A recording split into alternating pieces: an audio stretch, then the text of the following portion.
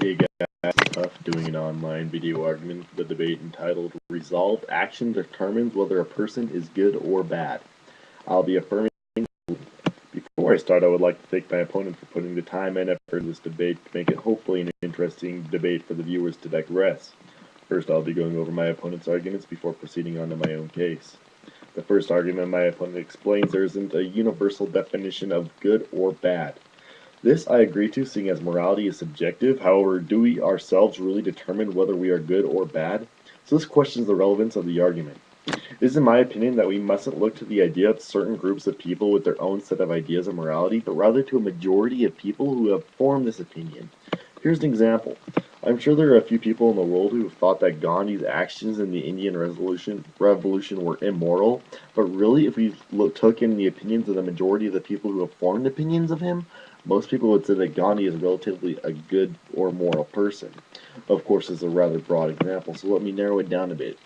If I constantly walk around helping old ladies cross the street, helping people who are in need, and generally putting others before myself, I can assume that a majority of people will think I'm moral or good.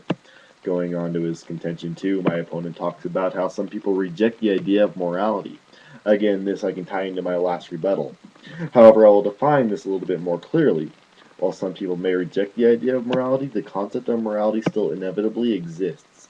For example, for a person to detest the idea of morality, they must first have looked to some idea of how morality is wrong. So basically, we're defining morality within morality to say that morality is wrong.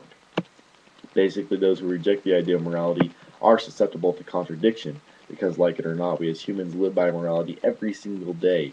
If a human was to harm another, or steal from another, or anything of the sort, the concept of guilt proves conscious morality. Also, rejecting the idea of morality doesn't necessarily mean that we don't have to choose to live within morality. I may detest the idea that an action has a good or bad consequence, but that doesn't change the fact that the action still has them. Lastly, going on to my opponent's third contention, of all action is neutral as it doesn't have moral obligation to it. I find this argument quite unfounded on the premises of every single thing we do has some obligation or purpose to it. Humans don't always live selfishly and feed into the normality of any regular action. If I go to pick my sister up from school, I am committing an act of good morality. I could stay home and watch TV. However, given that it is my sister and I love her, I'm not going to let her walk home alone with a good conscience. Again, this is just a minor example. We as humans act selflessly and morally every single day, and action only improves our efficiency in doing so. Next, my opponent offers a rather unrealistic example of how change in his pocket is bugging him. Thus, giving it to a homeless person benefits the both of them. Giving him the benefit of the doubt, it really doesn't change anything. Even while he may not have seen the action as helpful, I'm damn sure it made the homeless guy's day. To that homeless guy, you're a moral savior. Or even to the people who watched you give the change to the homeless guy. Point being that while you may not see your own actions as moral, is it really about whether people think you're a good person or whether you think you're a good person? If I'm Hitler and I say I'm a good person, however the rest of the world hates me, does it make me a good person just because I say I am one? Which leads me into my case. Contention 1. Without action, words are nothing. As I have just explained, the only way to be defined as good is to show up in a way such that people see that good rather than just talking about it. It's basically just like giving evidence. Just like in any debate, evidence is required if we ever want to receive credibility. The same applies in real life. The humans have to prove good intentions by doing them, otherwise their good intentions are meaningless. If I have the intent to do good yet don't actually do good, then we are left with virtually nothing. The only way to succeed positive results is to pursue positive action. Contention 2. Good actions is what makes up the concept of morality even possible in the first place. No one would have ever known what the meaning of good or bad was unless there was a proper action that took place to demonstrate what was good or bad. The concept of morality exists off of actions. Let's take this back to a historical reference.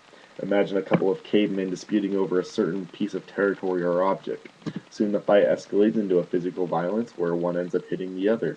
After the brawl is settled and both have had a chance to mull over what had happened, one would likely realize that he shouldn't have hit the other caveman, given that the action produced negative results.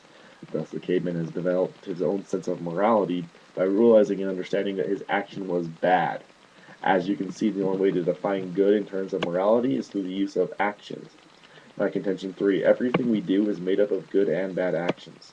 The only way to successfully determine whether a person is good or bad is by analyzing their actions, which is how the whole world is run, on good judgments and how people determine actions of others, and how we let those actions affect us. The reason so many legal problems arise in this country every day is because people believe that they have been infringed upon. They believe the person they are filing against committed an act of bad morality and must suffer the consequences. As you can see, practically everything we do is immoral, moral, or neutral. There's no way of evaluating someone's words of good morality when we live in a society that only knows how to judge actions of others as good or bad. Thus, the only premise to morality is through the use of our actions. To conclude, I urge you, the voters, to vote pro, as I have proven that without action, words are nothing. Good actions are what make the concept of morality even possible in the first place, and that everything we do is made up of either good, bad, or neutral decisions. I thank you for taking time out of your lives to view this debate. Hopefully this debate is a little easier for you to follow, seeing as the viewers don't actually have to do any reading.